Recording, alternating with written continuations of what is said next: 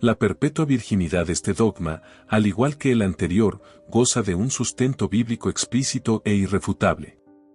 En efecto, tanto el Evangelio de Mateo capítulo 1 versículos 18 al 25, como el de Lucas capítulo 1, versículos 34 al 35. Afirman y confirman el origen divino de la concepción de Jesús, esto es sin participación de varón. A partir de este respaldo, la Iglesia no tardó en llamar a la Madre del Señor como la Virgen María.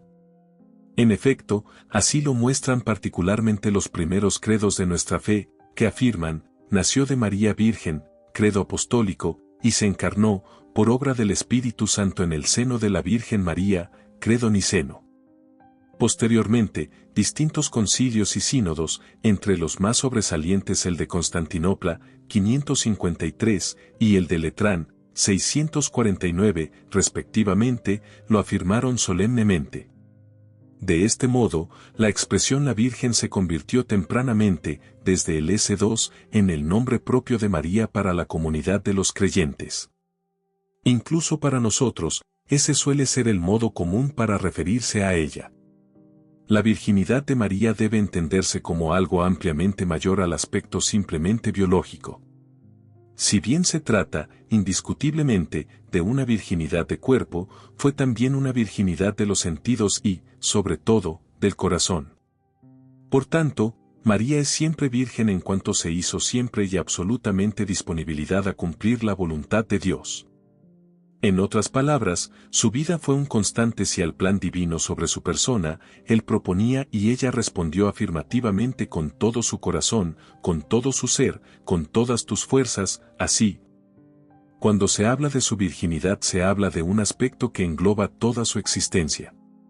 Ese hágase en mí según tu palabra fue preparado desde antes de la visita del ángel Gabriel y sostenido hasta después de la resurrección de Jesús. De este modo, entendemos la perpetua virginidad de María como su deseo de ser toda de Dios y siempre de Dios. Esta su disponibilidad radical y absoluta al querer divino logró en ella la plenificación de su vida, mostrando que la realización humana no depende en primer lugar de los proyectos humanos, sino de la generosidad con el plan de salvación. María Virgen nos recuerda que la felicidad humana se alcanza verdaderamente aceptando y cooperando con generosidad y confianza al proyecto de Dios sobre nuestra vida y la de la comunidad. Al afirmar que María permaneció siempre virgen se suele especificar antes, durante y después del parto.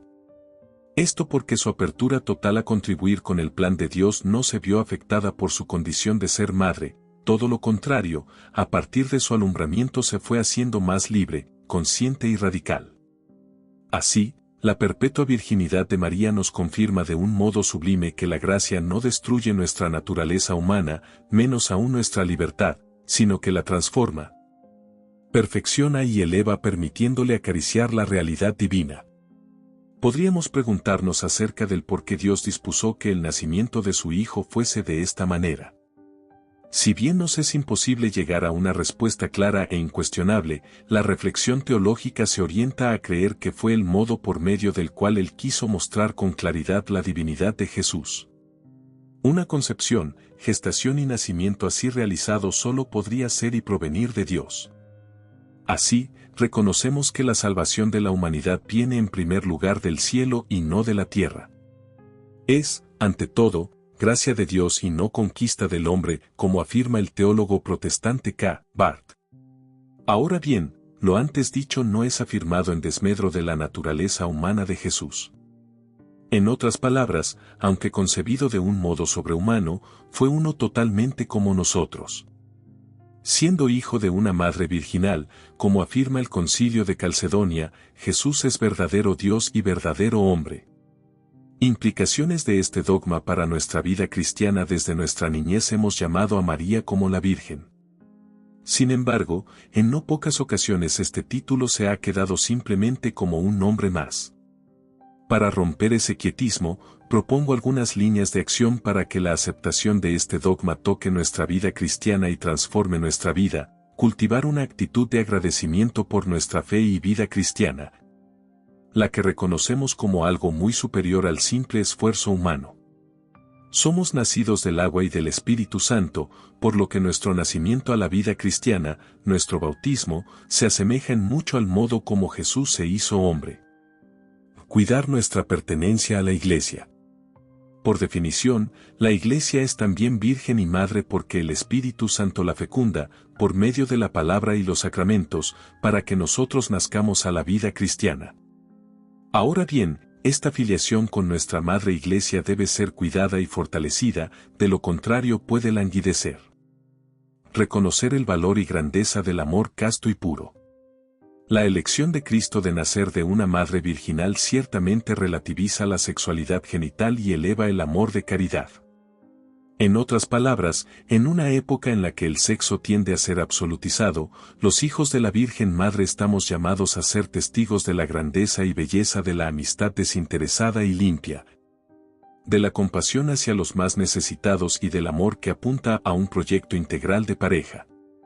Para los educadores, para quienes tienen en sus manos la delicada labor de educar a la juventud, el dogma de la perpetua virginidad de María es una veta rica de enseñanzas pedagógicas. Meditarlo y reflexionarlo con los mismos jóvenes puede dar a luz lecciones interesantes y desafiantes para nuestra labor educativa, entre otras, me atrevo a señalar la importancia de educar a la sexualidad y proponer la virginidad como un valor por el que vale la pena luchar. Frente a la pansexualización de nuestro tiempo, como cristianos somos interpelados a nadar, e invitar a nadar, contracorriente. Esto es ser más claros en la educación para el noviazgo y la sexualidad. Conforme a la tradición de la Iglesia, bien podemos asumir un nuevo aliento en la promoción de la abstinencia sexual antes del matrimonio.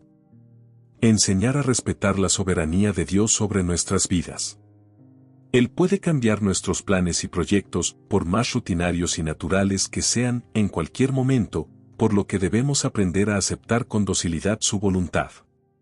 La educación religiosa no debe ser un adoctrinamiento, sino un esfuerzo por construir una actitud de total disponibilidad al deseo del Padre, aprender a dejar libremente que Dios moldee nuestra existencia según su querer.